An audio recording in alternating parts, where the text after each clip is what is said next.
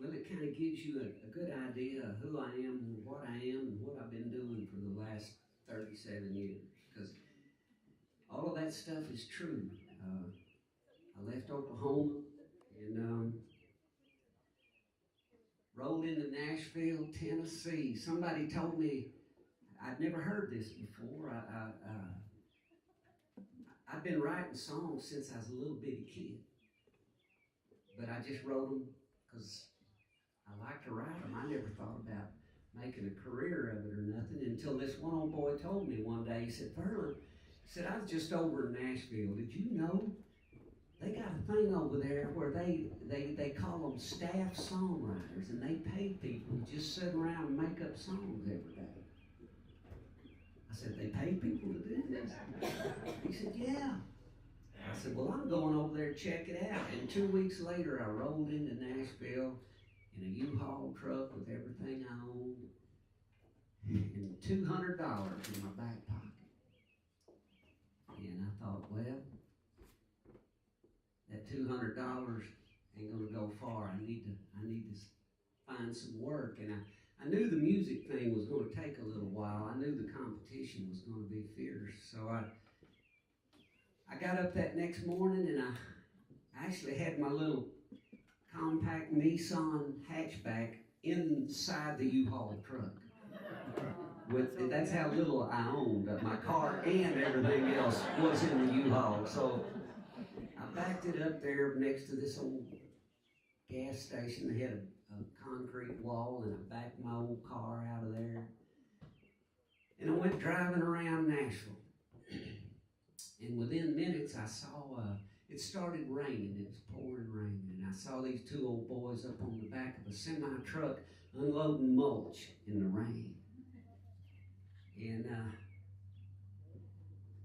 I don't really have any skills at all, but aside from maybe picking a little guitar, but I do know how to work. I was raised out there on the farm in Oklahoma and around cattle, and I know how to work, and I said, that looks like that might work for me. And I pulled up beside them, and I just happened to have my old mule skinner gloves in the car with me, and I held them out the window, and I said, boys, looks like y'all need help, and I need work. And they said, well, climb on up here, show us what you got.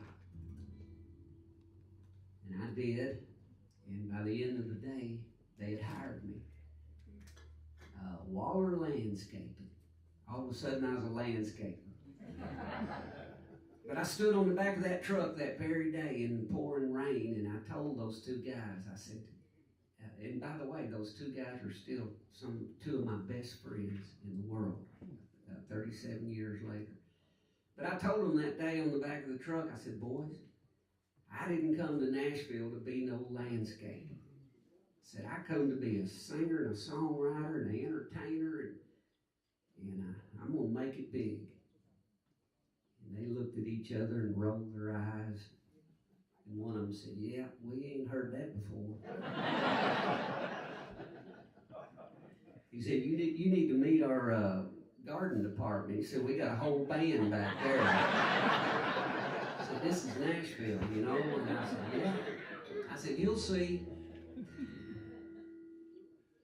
So they agreed to let me take a day off every week or so, you know, and so I could go down there to Music Row, where all the studios and the publishers and the producers and the managers and the record companies, they're all right there on that strip.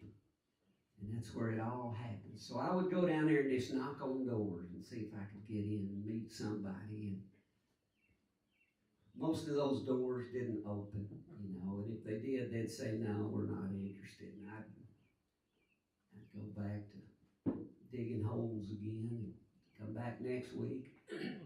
And one day, just like a miracle, one of those doors opened up, and the lady answered the door, and I said, well, my name's Verlon Thompson, and I got some songs I'd sure like to play for it. She goes, where are you from? I said, well, I'm from Oklahoma. And she said, I knew it. I could tell by that accent. She said, that's where I'm from. Come on in here. It's the only reason I got in the door, because of the way I talk. But once I got in there, she let me play her some songs. And she said, yeah, I run this publishing company. And I said, well, great. I'd love to play some songs. And I played her a few songs, and then she stopped me and she said, Verlon, your songs are not very good.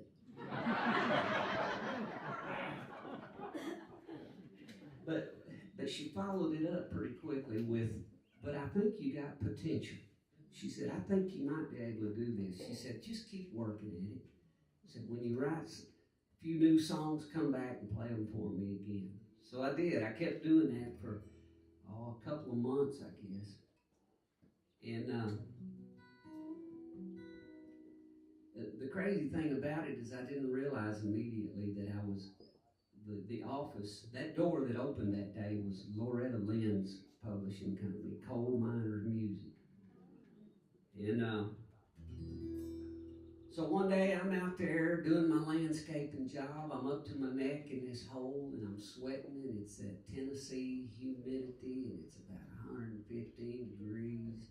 I'm cussing Nashville, Tennessee and country music in general. And I'm getting thoughts about going back to Oklahoma.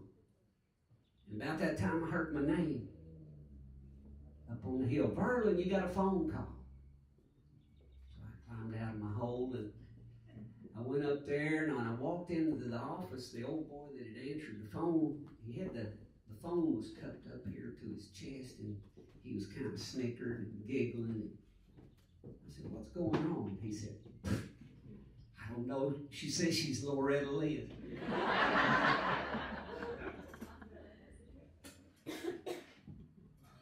Hello?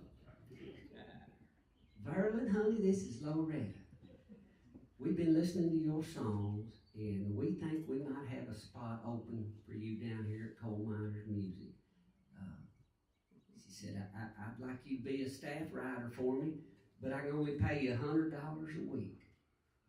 And I said, that's just fine, ma'am. I'll take it. I'd be honored to have that job. I said, my mama loves Loretta Lynn. She loves you. See, you forget you're talking to Loretta Lynn. Anyways, $100 a week. I said, I'll take it. I said, when do you want me to come down there? She said, oh, we'll hold the spot for you. You don't have to rush. I said, I'll be there in the morning.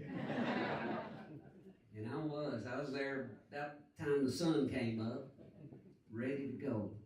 I was so excited. Nobody bothered to tell me that these professional songwriters, they don't even get out of bed till about 11:30, noon, and they mosey on down there. But I was so excited, I was ready to go, and they took me in. It almost reminded me of this place. I walked in there, and they started showing me around all these gold and platinum records hanging on the wall, Loretta's awards. Even some of her wigs were sitting on the shelves. And the guy that was showing me around said, now, this will be your room where you can come and work. You can come night or day, whatever you're comfortable with. He said, you see that door? That's a studio. He said, when you finish writing a song, you go in that studio and you just record it the best you can. And then you take it to that door over there and you hand it off to that old boy that works in there, and he is the man who takes your songs around to all the big artists and tries to get them to record your song. That's how it works. He said, but you don't need to worry about all that. He said, you just write the best songs you can. And he said, here's your key. And he handed me a key to Loretta Lynn's world. And he walked out of there. And there I stood in the middle of Loretta Lynn's stuff with the key in my hand. Now this was back before they had cell phones, so I couldn't call my mom, but I was wishing I could have called my mom right then and there, and I would have said, Mom, I'm standing here in the middle of Loretta Lynn's empire, and I got the key to the whole place in my hand. I would have said, I've made it, Mom. And I would have said, there ain't no way it can get any better than this. And I would have been wrong. Because here's what happened. I know y'all don't think I'm gonna sing another song, do you? I may not. I may not. This is going so well. No,